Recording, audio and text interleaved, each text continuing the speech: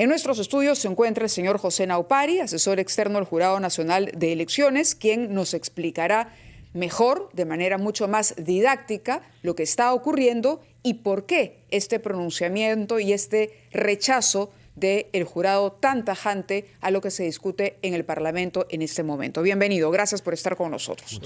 Muchísimas gracias más bien a ustedes por la invitación.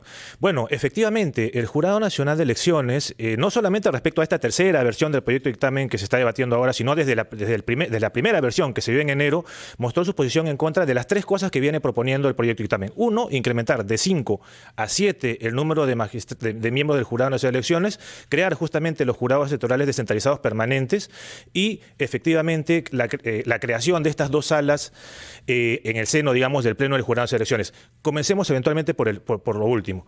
Habría que recordar, como bien se ha mencionado, que pareciera ser que se tiene una errada percepción de que existe una concentración del poder. Yo escuchaba al presidente de la Comisión de Constitución en una entrevista el día de ayer, cuando se le pregunta por este proyecto de dictamen y refería, por ejemplo, que hay que desconcentrar el poder, pero en sí, por ejemplo, el presidente del Jurado de Elecciones es solo un miembro de 5. Él no define, él no resuelve, es un órgano colegiado. Ahora bien, en ese orden de ideas, pretender que él no forme parte de las salas o pretender, como era una primera versión del proyecto, que el Pleno del Jurado Nacional de Elecciones no tenga la función jurisdiccional que le es inherente, porque así lo prevé la Constitución, ya de por sí deja un sinsabor. Pero en temas técnicos, habríamos que señalar que la creación de salas podría generar un grave riesgo en los principios de predictibilidad, de seguridad jurídica y de igualdad en la impartición de justicia electoral. ¿Por qué? Imaginemos que la sala A la sala A y la sala B llegan dos casos idénticos, pero la sala A tiene un criterio y la sala B tiene otro. A casos iguales, respuestas diferentes. Y como al final del día yo ya no podría cuestionar lo que resuelva la sala, sino hasta la jurisdicción constitucional, ya se produjo la vulneración del derecho. Y acá hay un tema muy importante a considerar, y es que la dinámica de los procesos electorales es totalmente distinta a lo que podríamos entender a lo que ocurre con el Tribunal Constitucional y el Poder Judicial. Por poner un ejemplo, si eventualmente, Dios no quiera, alguien lo despide de su trabajo, él podría eventualmente ir a la jurisdicción constitucional y podría lograr que de repente o lo repongan o lo indemnicen. Al final del día, la empresa o la entidad pública de la cual él salga va a seguir ahí. Pero si se produce una lesión a un derecho fundamental en el marco de un proceso electoral, si se demoran, el plazo ya precluyó.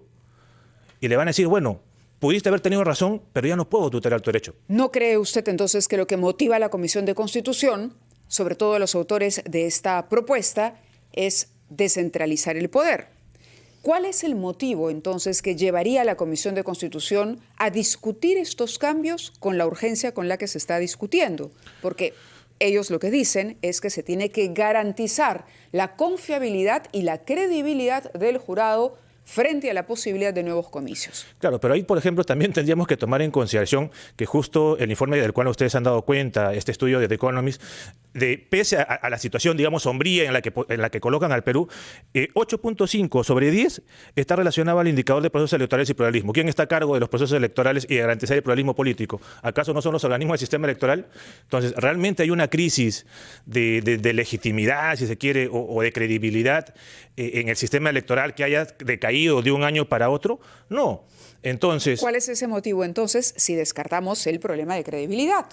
Bueno, nuestra respuesta a nivel institucional tendría que ser técnica. No podríamos ingresar, digamos, a una especulación de naturaleza jurídica, y por eso es que el jurado, como corresponde, ha dado argumentos técnicos para sostener no solamente la inviabilidad por un tema económico, sino incluso la inconstitucionalidad. Es cierto, algunos me podrán decir, oye, pero ¿cómo puede ser inconstitucional un proyecto de reforma constitucional? Sí, sí se puede. ¿Por qué? Porque la Constitución se tiene que leer de manera sistemática, de manera unitaria.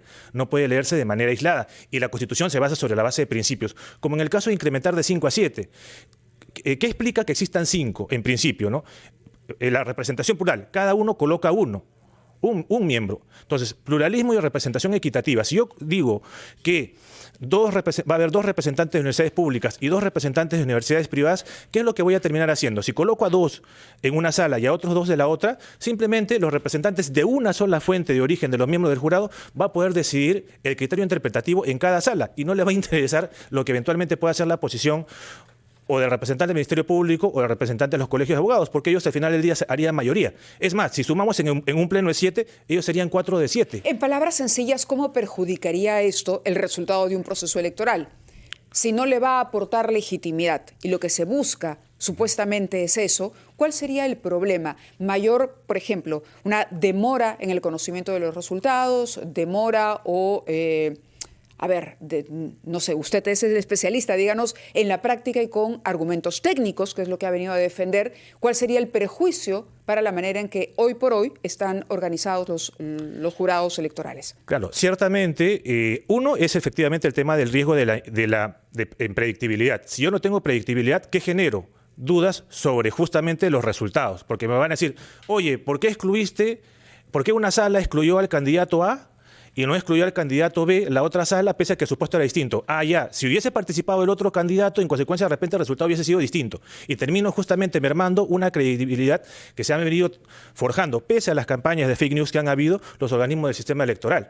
Y hoy por hoy se refleja justamente en este informe de The Economist que el trabajo de los organismos electorales repercute positivamente en la credibilidad en lo que se refiere a pluralismo y procesos electorales. Señor Naupari, uno de los puntos que los proyectos sucesivos que se han ido formulando plantea es que el jurado ya no está integrado por 5 personas como es ahora y presidido por alguien elegido por la Corte Suprema, como es en este caso el magistrado Salas Arenas, sino por 7 miembros. Exacto. Yo quisiera que nos explique esos 2 más, cómo van a ser elegidos, porque ahí se está proponiendo que sean los gremios de abogados que tengan elecciones. Hay ya uno que representa al Colegio de Abogados. Justamente ese uno no pudo participar bien, no ha sido elegido, han habido enormes dificultades en el Colegio de Abogados para elegir a su delegado. Cuéntenos, por favor, por qué debemos creer que ya no 1, sino 3 serán elegidos de esta manera y que eso garantizará más autonomía y más representatividad de la autoridad electoral.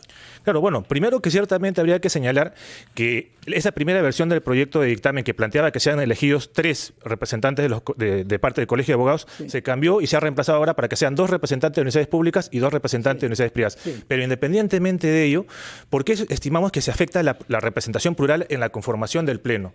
Porque justamente la idea es que no haya ninguna entidad que pueda tener mayoría, digamos, para colocar a los miembros del Pleno en su conjunto. Entonces, si al final del día yo tengo que una entidad o 2 entidades que, digamos, forman parte, digamos, de un mismo ambiente, como sería el tema de las universidades, en realidad estoy generando un desequilibrio. Y ahí, como bien lo mencionaba don Fernando, o sea, el presidente del Jurado Nacional de Elecciones proviene del Poder Judicial por algo, por su experiencia, por su expertise en el quehacer jurisdiccional.